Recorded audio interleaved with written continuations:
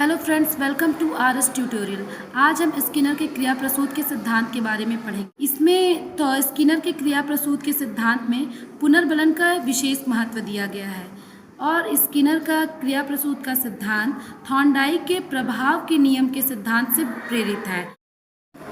Skinner ने Thorndike के SR theory को गलत साबित किया था। थॉर्नडाइक ने एसआर थ्योरी दी थी, अर्थात स्टिमुली रिस्पांस थ्योरी, उद्दीपन अनुक्रिया की थ्योरी, जिसको गलत साबित करके स्किनर ने आरएस थ्योरी दी थी, अर्थात रिस्पांस स्टिमुली थ्योरी। इनके अनुसार पहले रिस्पांस होता तब स्टिमुली होती है, मतलब पहले अनुक्रिया आती है तब उद्दीपन होता है। जितना अच्छा अनुक्रिया होगा उतने ही अच्छे उद्दीपक की प्राप्ति होगी, क्योंकि अनुक्रिया एक प्रकार से पुनर्बलन का कार्य करता है। जब भी किसी को पुनर्बलन प्राप्त होता है तो आदमी उस कार्य को ज़्यादा से ज़्यादा करने का प्रयास करता है। स्किनर ने अपना प्रयोग जो है चूहे, कबूतर तथा मनुष्य पर किया, लेकिन इनका चूहे तथा कबूतर का प्रयोग बहुत ही ज़्यादा प्रसिद्ध है। स्किनर द्वारा अनुक्रिया के दो प्रकार बताए गए हैं, एक प्रतिवादी अनुक्रिया, दूसरा क्रिया प्रसूत अनुक्रिया। प्रतिवादी अनुक्रिया को रिस्पोंडेंट रिस्पांस बोलते हैं। ये एस टाइप का होता है। इसमें स्पष्ट उद्दीपन होता है और अनैक्षिक अनुक्रिया होती है, जैसा कि पावलोव ने किया। उनका उद्दीपन स्पष्ट था, अर्थात वो घंटी बजाना और भोजन देना स्पष्ट था, और जो क्रिया हो रही थी, लार बन रहा था, वो अनैक्षिक थी। और दूसरा है क्रिया प्रसूत अनुक्रिया, मतलब ऑपरेंट रिस्पांस। इसको हम आर टाइप बोलते हैं। इसमें अस्पष्ट उद्दीपन होता है और ऐक्षिक अनुक्रिया होती है, जैसे कि टहलने में हमारे सामने कोई उद्दीपन नहीं होता, अर्थात उद्दीपन अस्पष्ट है, और हम जो उसके लिए टहल रहे हैं, घूम रहे हैं, अनुक्रिया कर रहे हैं, वो हमारा स्पष्ट हो रहा है। तो ये जो है स्किनर ने दिया था। अब हम इनके प्रयोग के बारे में जानेंगे।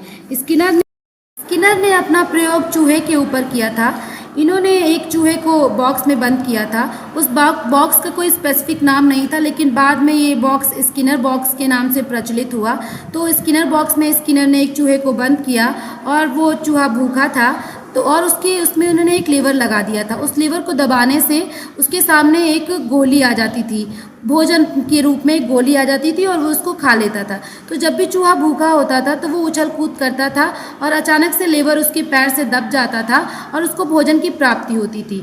तो यहाँ पे जो उसको भोजन की प्राप्ति होती थी उसके लिए पुनर्बलन का कार्य कर रही थी। जब भी उसको भोजन प्राप्त होता था उसके लिए पुनर्बलन होता था, तो वो ज़्यादा से ज़्यादा उसको प्राप्त करने की कोशिश करता था, और इस कोशिश से वो सीख गया कि हमें लीवर दबा कर के ही भोजन मिलेगा। तो इस प्रकार से उसका अधिगम हो गया। यहाँ पे पुनर्बलन जो होता है वो दो प्रकार का होता है, धनात्मक पुनर्बलन और ऋणात्मक। पॉजिटिव अगर हमारा पुनर्बलन होता है तो हमारे सीखने की जो क्षमता होती है वो बढ़ जाती है, और जैसे कि पुरस्कार, भोजन, पानी।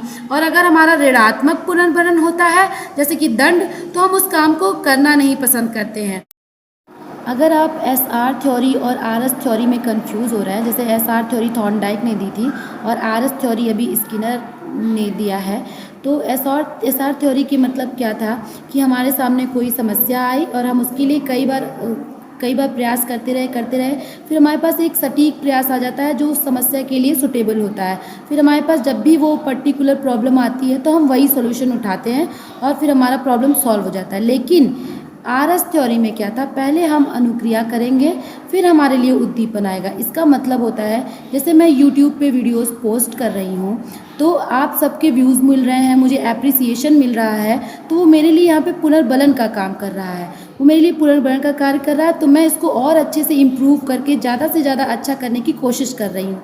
तो यही मेरे लिए पहले अनुक्रिया आया और पुनर्बलन जब मिला तो मैं उसके लिए, तो वो मेरे लिए उद्दीपन का कार्य किया।